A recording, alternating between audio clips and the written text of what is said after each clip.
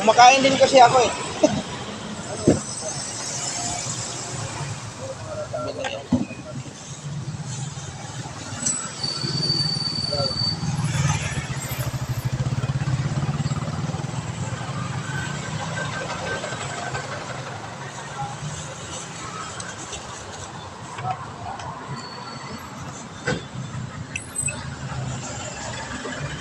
Kumakain din ako ng nanapay kaya dalawang balot na bili ko eh.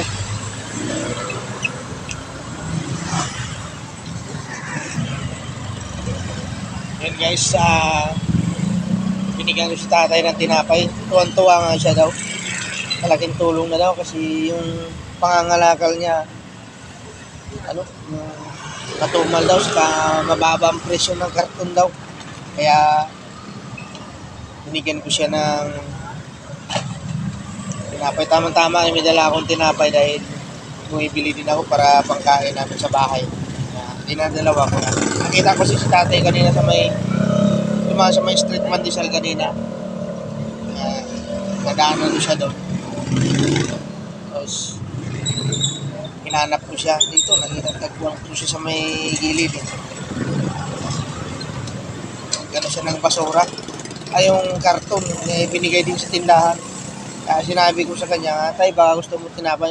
Tapos mayroon ba? Kung mayroon po, bigyan kita. Ay, salamat daw kasi wala pa daw siyang almusal, tsaka may apo daw siyang kasama sa bahay niya, nag-antay daw, wala pa daw almusal, naibigay daw niya.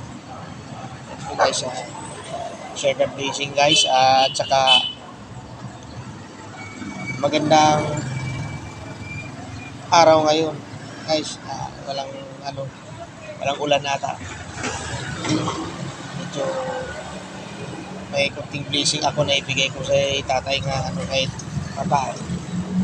paano tinapay lang pero mahalaga na yun sa kanya. Yan lang guys. Guys, thank you for watching guys. God bless you all. Boss, may 10?